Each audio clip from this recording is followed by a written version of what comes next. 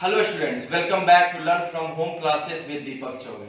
So today we will continue class 10 physics and chapter electricity.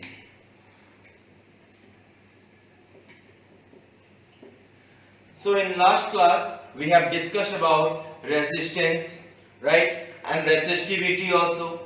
So today we will start a new topic and that is combination of resistors. Resistors means resistances. Okay, so before starting this topic, let's start or let's see a special cases in resistance. Special cases. I am going to show you one very simple formula to find out the resistance in this special cases without any process. Directly you can find out the resistance. Look here, special cases in number 1, on stretching a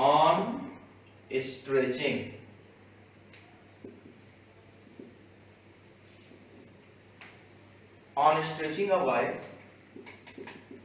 Suppose a wire of any length is being stretched. Okay, आप उसको खींच रहे हो. अगर किसी wire को, कोई भी एक वायर है, अगर इसको हम ऐसे खींचें, स्ट्रेच करें, तो क्या होगा? स्ट्रेच करने पे इसका जो लेंथ होगा वो इंक्रीज करेगा, यानी लेंथ बड़ा हो जाएगा, लेकिन उसका जो एरिया ऑफ क्रॉस सेक्शन है वो क्या होगा?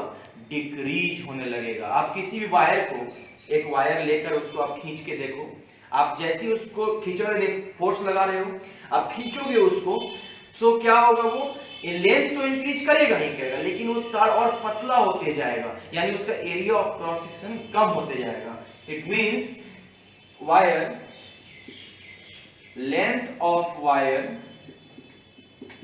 increases and area of cross section decreases.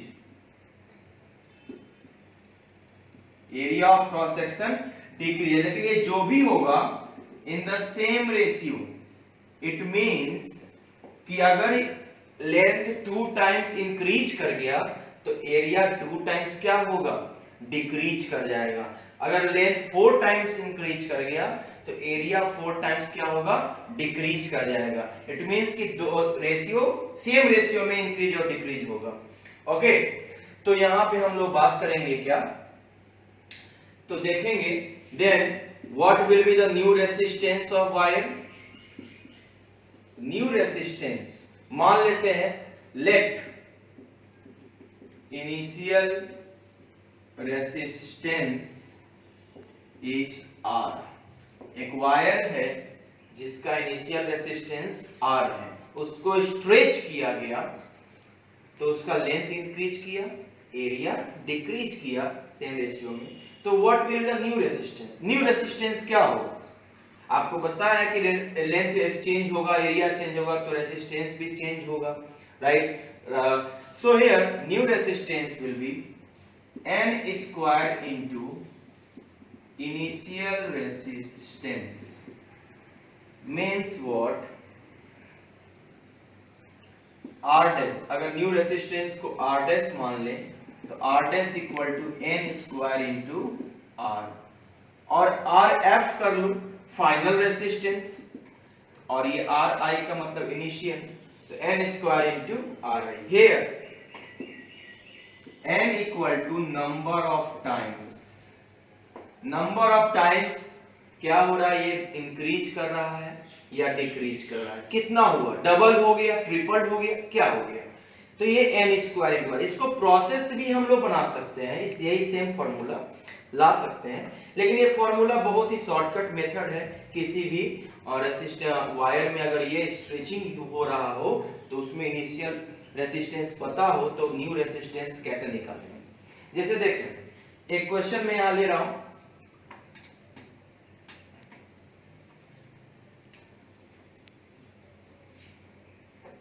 Question है a wire of resistance 4 ohm is doubled on stretching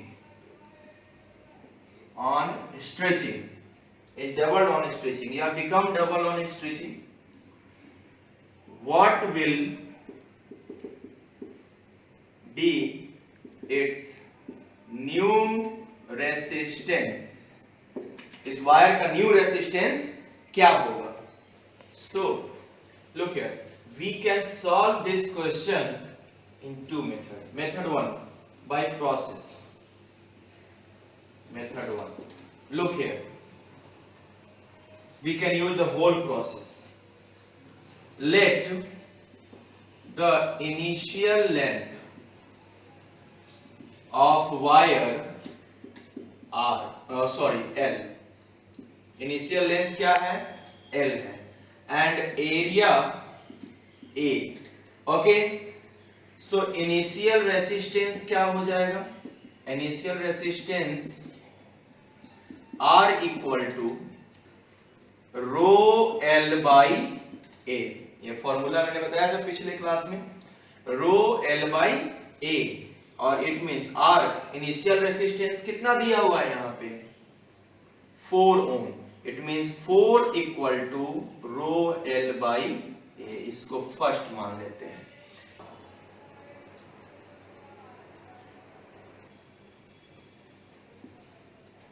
after stretching,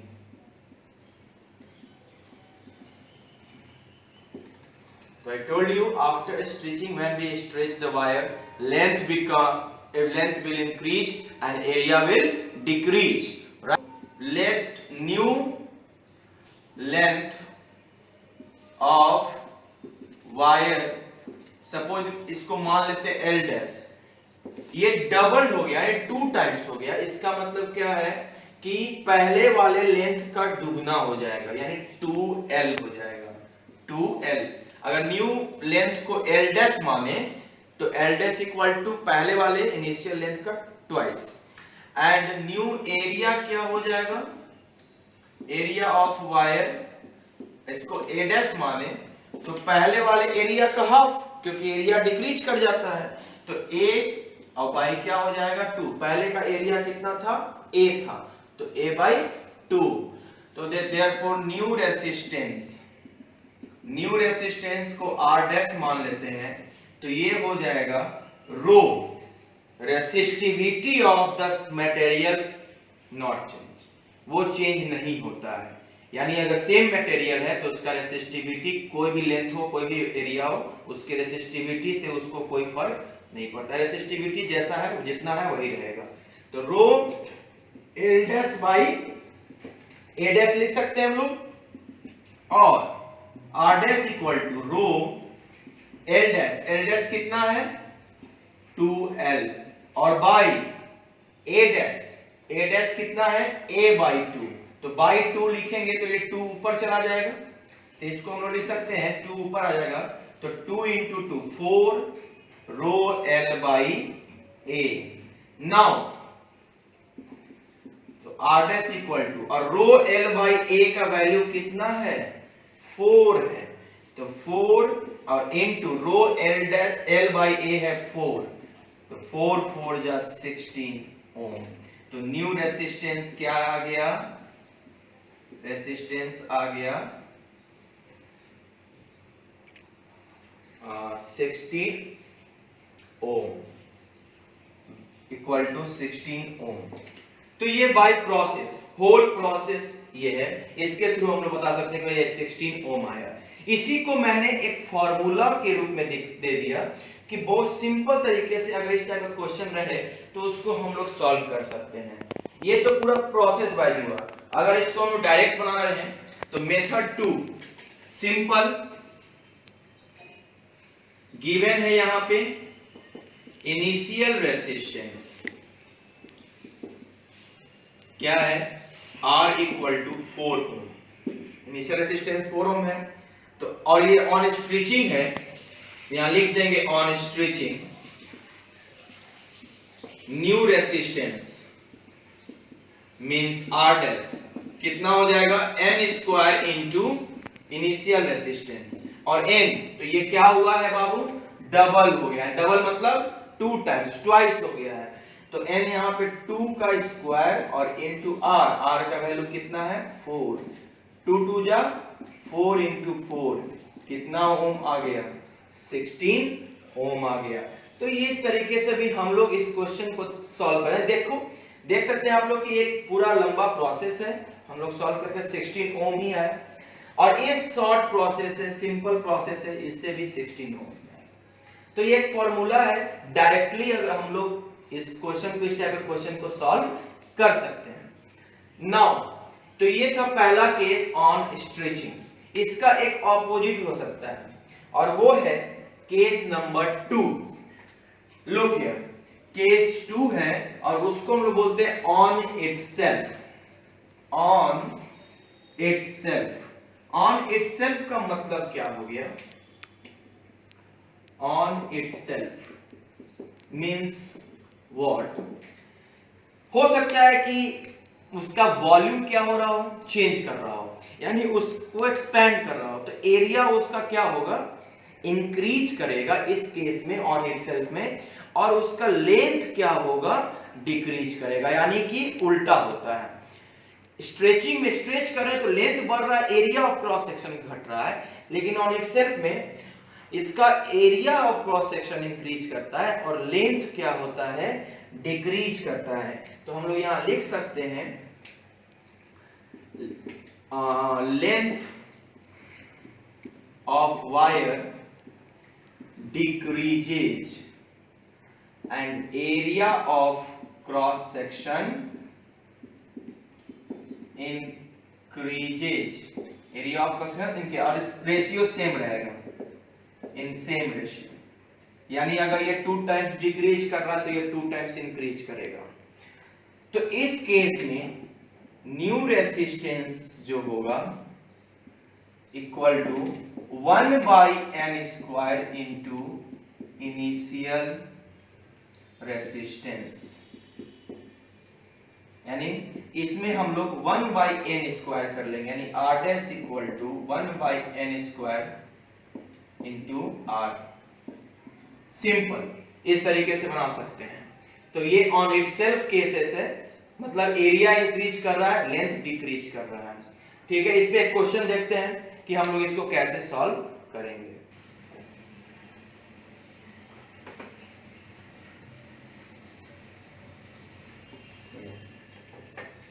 एक क्वेश्चन देखते हैं हम लोग।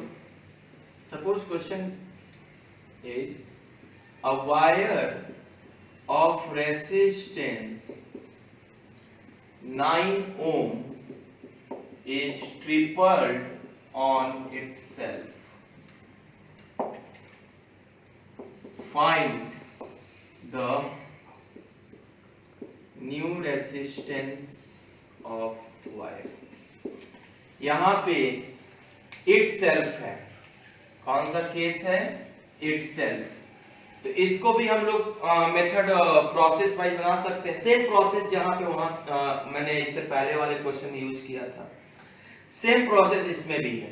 वहां पे लेंथ बढ़ रहा था, यहाँ पे लेंथ घटेगा, वहां पे एरिया घट रहा था, यहाँ पे एरिया बढ़ेगा, यानी सेम प्रोसेस। देखते हैं हम लोग process wise.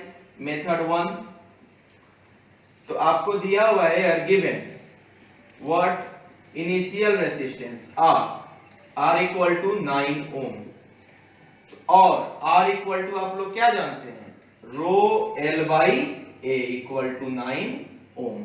It is first equation. Now on itself length become 12।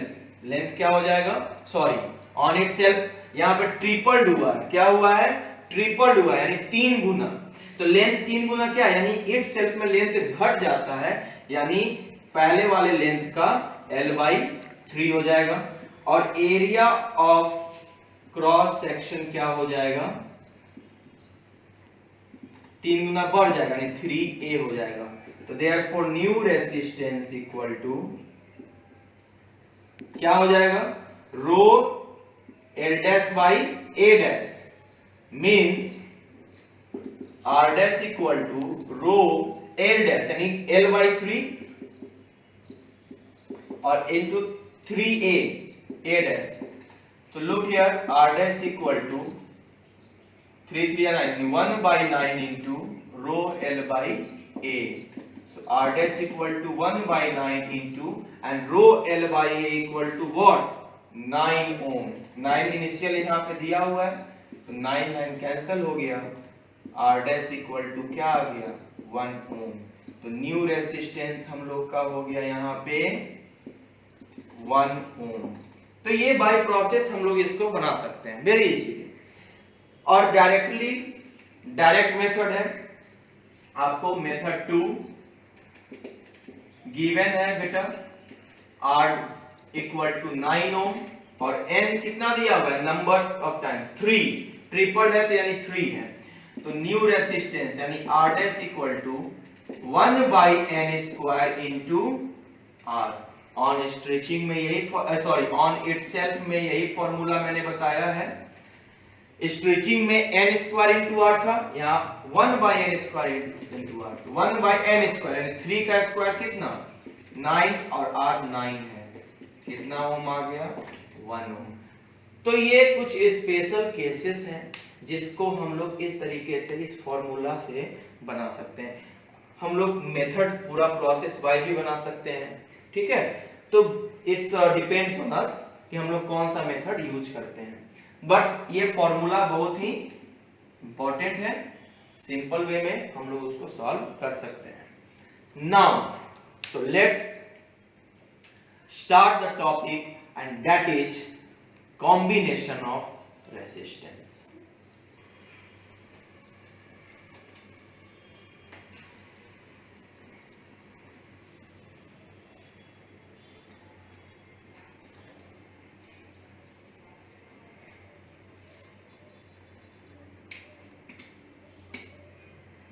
Combination of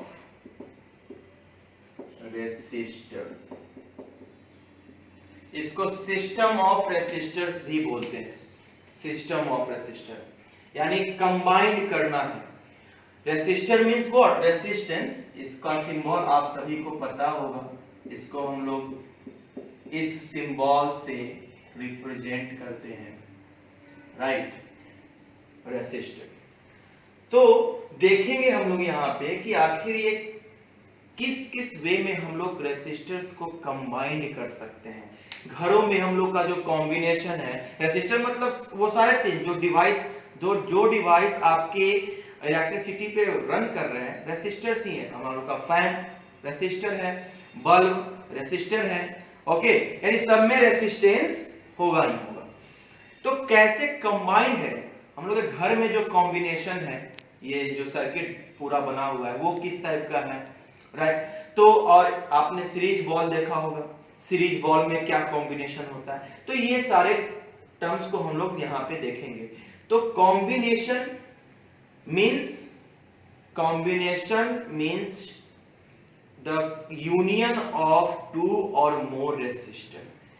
combine करने के लिए मिनिमम 2 होना जरूरी है, मैक्सिमम आप जितना रेसिस्टर, एक रेसिस्टर में क्या कमान, एक ही रहेगा वो। तो 2 और मोर रेसिस्टर्स का कॉम्बिनेशन यहां पे देखेंगे। तो look here, we can combine resistors in 3 ways. 3 तरीके से इसको कंबाइन कर सकते हैं। Number 1 series combination, number 2 parallel combination and number 3 series parallel both, यानी series parallel combination, series parallel combination. तो 3 तरीके से यहाँ पे हम लोग रेसिस्टर्स को ज्वाइन कर सकते हैं, कंबाइन कर सकते हैं। ये सीरीज पैरेलल का मतलब क्या हुआ, यही है सीरीज और पैरेलल, ये बेसिकली टू ही कॉम्बिनेशन होते हैं सीरीज और पैरेलल। ओके, अगर दोनों को एक साथ कंबाइन करें तो सीरीज पैरेलल हो सकता है। तो यहाँ पे बारी बारी से देखेंगे कि सीरीज क्या है और पैरेलल क्या है। Okay, so let's start with series combination. Look here, series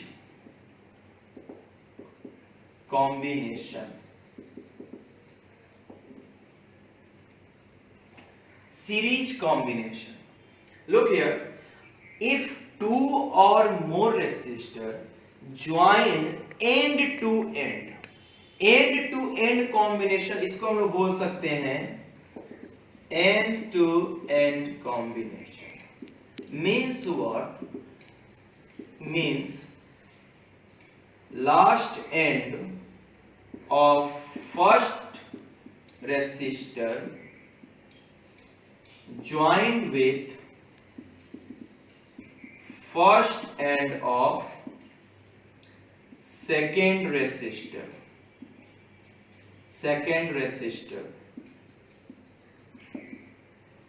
and so on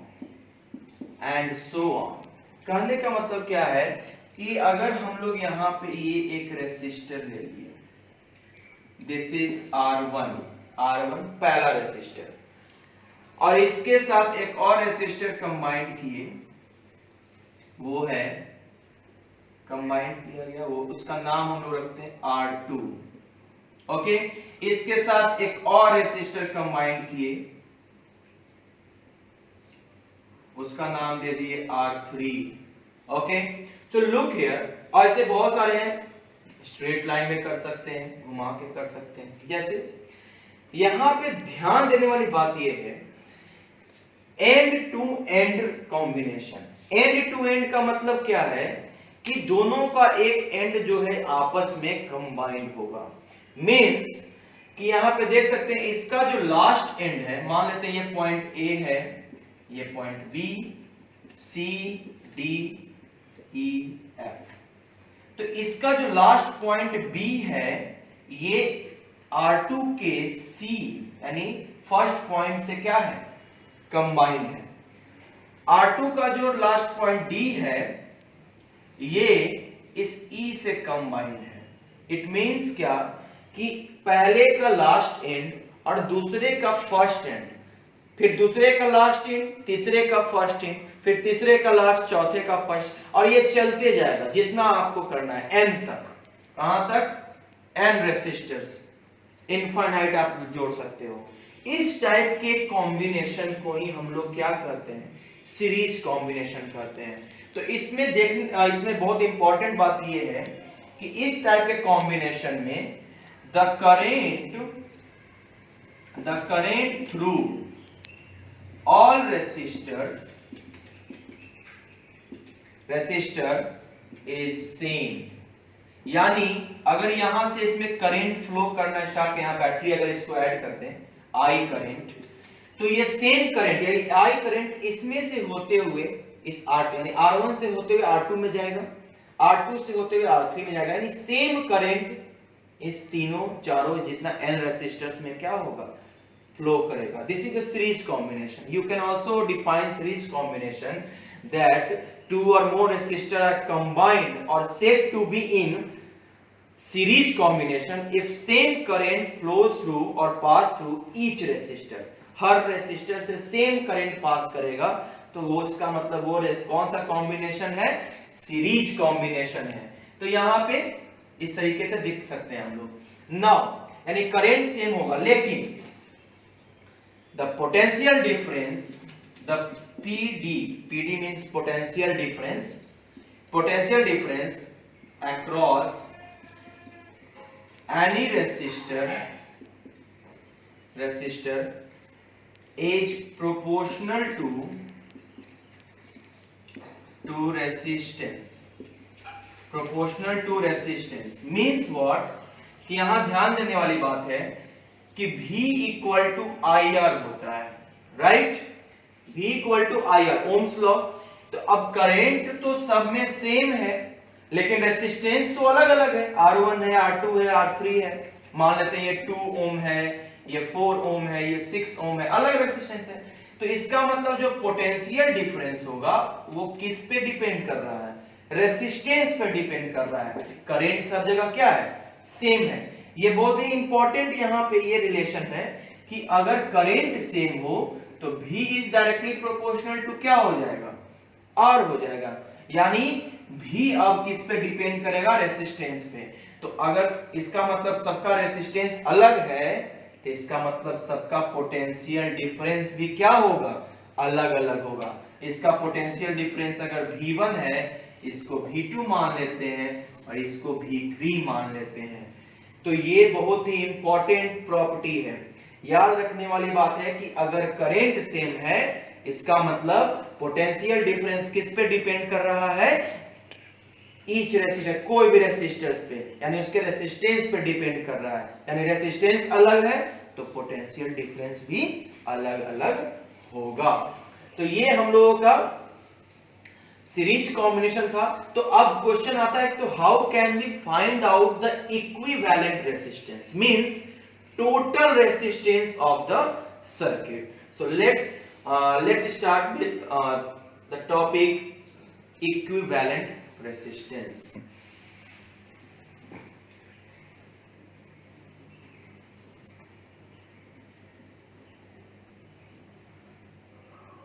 So equivalent, एक वैसे एक क्वेश्चन है, सीरीज कॉम्बिनेशन का यूज हम लोग क्यों करते हैं? तो ऑफ कोर्स सीरीज कॉम्बिनेशन का यूज करते हैं हम लोग रेसिस्टेंस को इंक्रीज करने में। Okay, so you can note down that the resistance are connected in series order to increase the resistance of the circuit. तो देखते हैं कैसे इक्विवेलेंट रेसिस्टेंस निकालेंगे। इक्विवेलेंट रेसिस्टेंस, इसको हम लोग टोटल रेसिस्टेंस भी बोल सकते हैं, टोटल रेसिस्टेंस। तो सपोज मैं यहां पे कोई कनेक्टेड डायग्राम में बना रहा हूं, look here.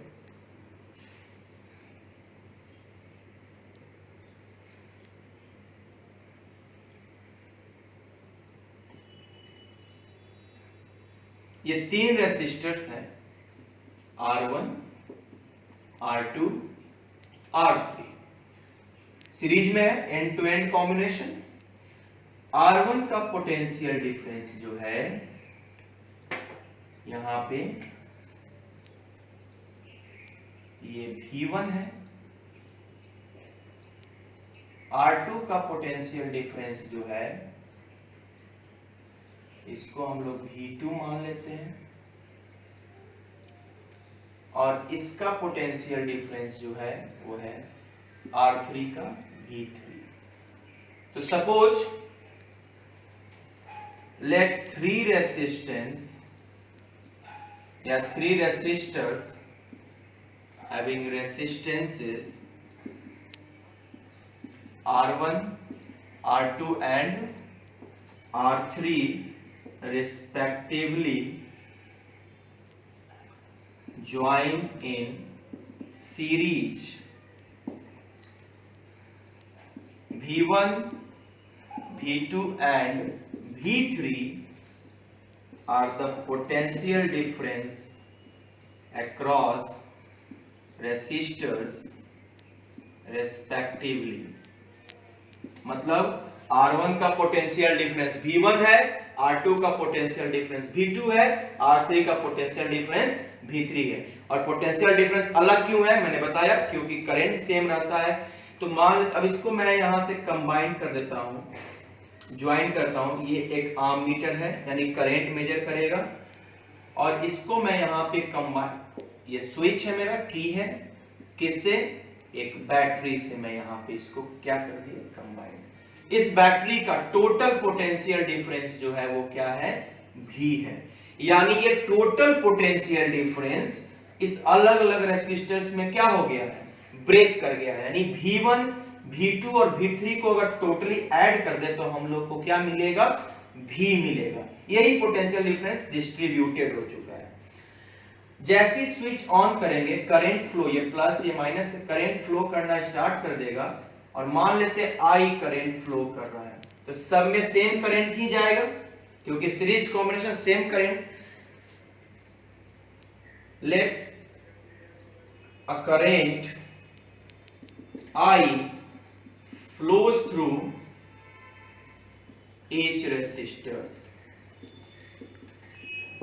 So now current same है, इसका मतलब क्या है कि V प्रोपोर्शनल होगा R का। तो फ्रॉम ओम्स लॉ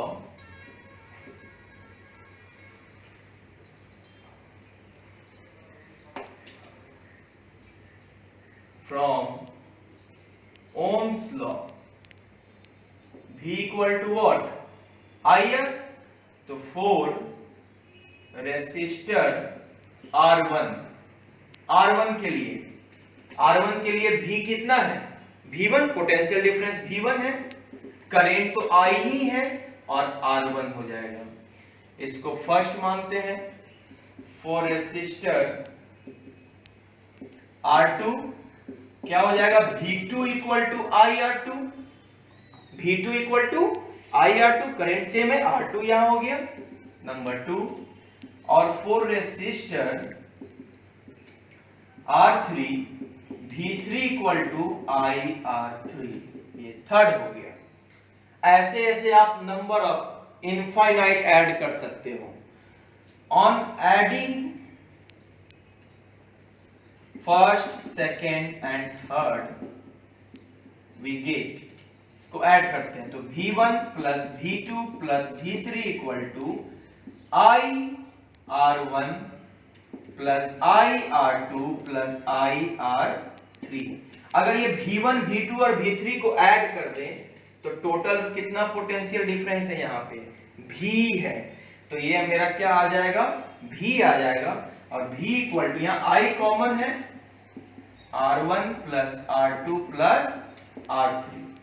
अब हम लोग को तो इक्विवेलेंट रेसिस्टेंस निकालना था, तो let the total resistance of the circuit is R। क्या मान लेते हैं? टोटल रेसिस्टेंस सर्किट का क्या है?